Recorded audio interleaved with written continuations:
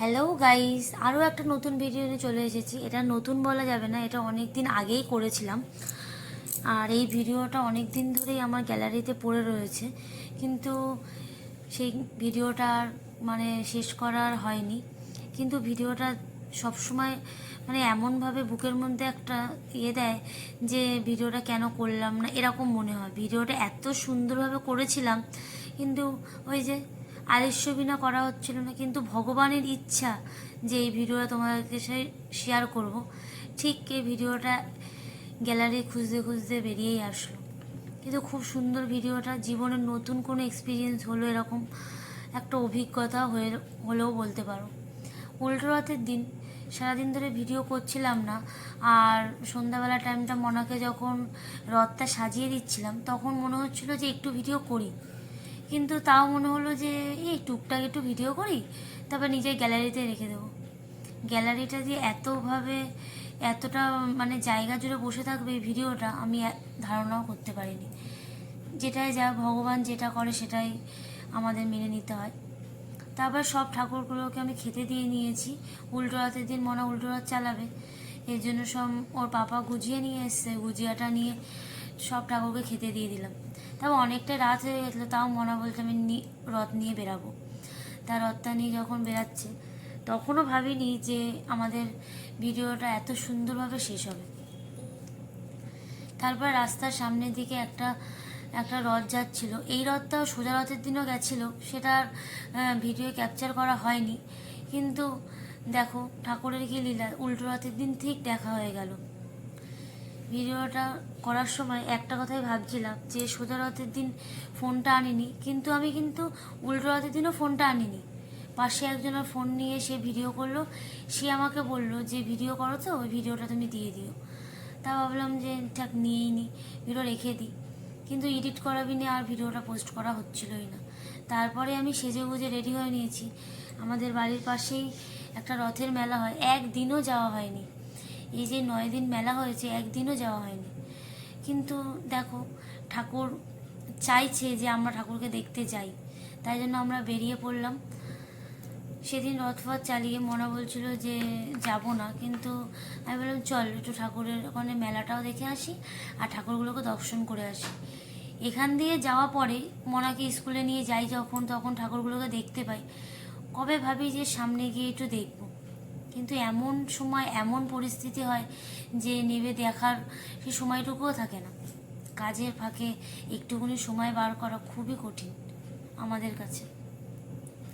তা যাই হোক, ঠাকুরের যখন যখন আসলাম তখন দেখছিলাম যে উল্টো রথের দিন ঠাকুরগুলোকে ঘুরিয়ে এনে ওই রথের মধ্যে রেখে দিয়েছে, সবাই ফুল নিচ্ছে এগোচ্ছে। তখনও ভাবছিলাম না যে এত সুন্দর একটা দৃশ্য আমাদের চোখের সামনে ভেসে উঠবে। তারপরে আমরা মেলাটাও ঘুরে নিলাম, দেখলাম তখনও রথ থেকে ঠাকুরগুলোকে নামাইনি, দূর থেকে দর্শন করে নিয়েছি অবশ্য। তারপরে পিঙ্কিদেরকে আসতে বললাম, পিঙ্কিরাও আসলো। তারপরে একটু ফুচকা টুচকা খেলাম।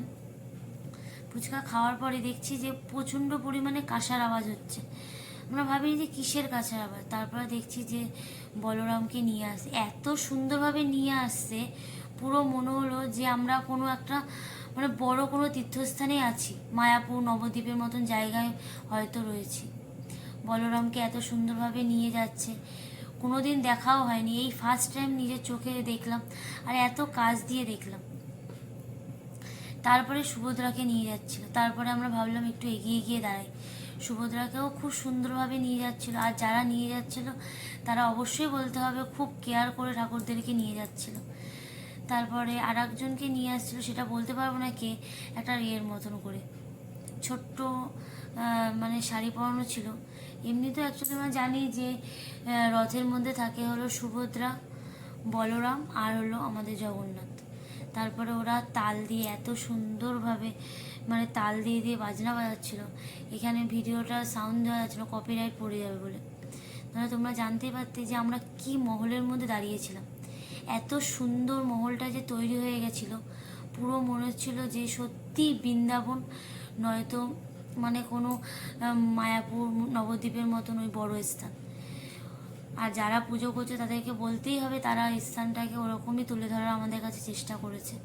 আর আমাদেরও বোন পিঙ্কি টিঙ্কিরাও বলছিল যে সত্যি মানে এরকম দৃশ্য যে আমরা নিজের চোখের সামনে দেখতে পাবো সেটা ধারণাই করা যায় না।